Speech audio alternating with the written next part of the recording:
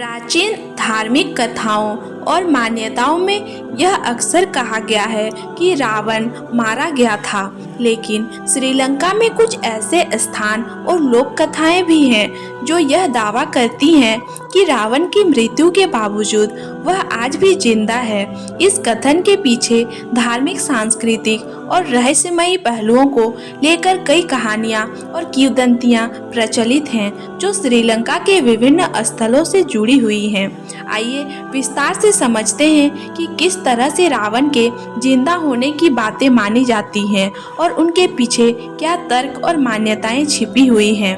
रावण का ऐतिहासिक और धार्मिक महत्व।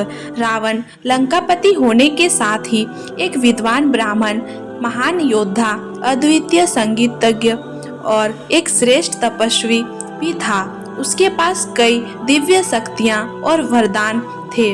रामायण में उसका वध भगवान राम के द्वारा अवश्य हुआ था, परंतु कुछ किंवदंतियां कहती हैं कि उसके शरीर का अंत हुआ, लेकिन उसकी आत्मा अमर हो गई, जो आज भी पृथ्वी पर विचरण करती है। रावण का ममीकृत शव रहस्य की शुरुआत। कुछ मान्यताओं के अनुसार श्रीलंका में एक गुफा में रावण का ममीकृत शव सुरक्षित है। कहा जाता है कि यह गुफा रावण के समय की है और यहाँ आज भी रावण की आत्मा का वास है। श्रीलंका में आदम्स पीक जैसे कुछ पवित्र स्थानों पर यह मान्यता है कि रावण की आत्मा यहाँ निवास करती है। इसके अलावा श्रीलंका के जंगलों में भी ऐसी कई जगहें हैं जहां लोग मानते हैं कि रावण के समय की ऊर्जाएं आज भी सक्रिय हैं और कई पुरातन अवशेष भी मिले हैं जो रावण के शासन काल से जुड़े हुए हैं। रावण की गुफा का रहस्य।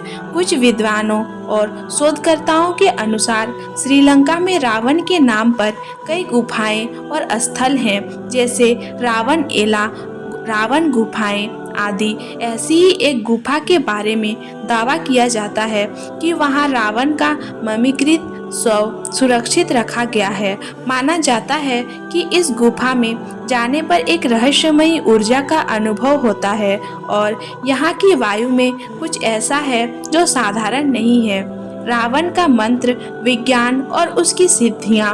रावण को तंत्र, मंत्र और योग सिद्धियों में भी निपुण माना गया है। कई धार्मिक ग्रंथों में उसका उल्लेख एक महान ज्योतिषी और योगी के रूप में हुआ है, जिसने ऐसे मंत्रों की साधना की थी जो उसे अमरता का वरदान दे सकते थे। रावण द्वारा रचित रावण संहिता और अन्य ग्रंथों में उसकी विद्वता का उल्लेख मिलता है। इस आधार पर कई लोग मानते हैं कि रावण ने आत्मा की अमरता और आध्यात्मिक सिद्धियों का गूढ़ ज्ञान प्राप्त कर लिया था, जिसके कारण उसकी आत्मा आज भी अस्तित्व में है। रहस्यमयी घटनाएं और लोक कथाएं। श्रीलंका के कुछ ग्रामीण क्षेत्रों में लोगों का विश्वास है कि कभी-कभी अजीबोगरीब घटनाएं होती हैं, जिन्हें रावण की आत्मा की उपस्थिति का संकेत माना जाता है।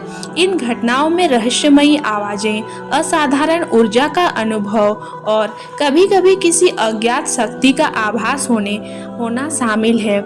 यहाँ के लोग मानते हैं कि ये घटनाएं रावण की आत्मा के कारण होती हैं, जो आज भी लंका में मौजूद है।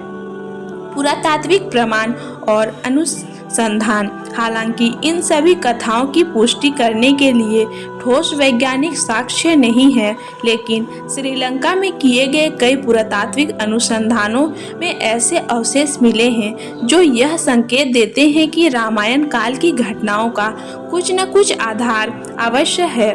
कुछ गुफाओं और पहाड़ियों पर ऐसी पुरानी रचनाएं और शिलालेख मिले हैं जो रावण के समय के माने जाते हैं। आध्यात्मिक दृष्टिकोण। रावण के जीवित होने की इन धारणाओं को अगर आध्यात्मिक दृष्टिकोण से देखें तो यह माना जा सकता है कि वह व्यक्ति भले ही मर गया हो, लेकिन उसके कर्म, सिद्धियां और प्रभाव किसी न किसी रूप में जीवित रहते हैं। भारतीय दर्शन में आत्मा को अमर माना गया है और यह कहा जाता है कि जो व्यक्ति आध्यात्मिक साधनाओं में उच्च स्तर तक पहुंच जाता है, उसकी आत्मा धरती पर लंबे समय तक किसी रूप में विद्यमान रह सकती है।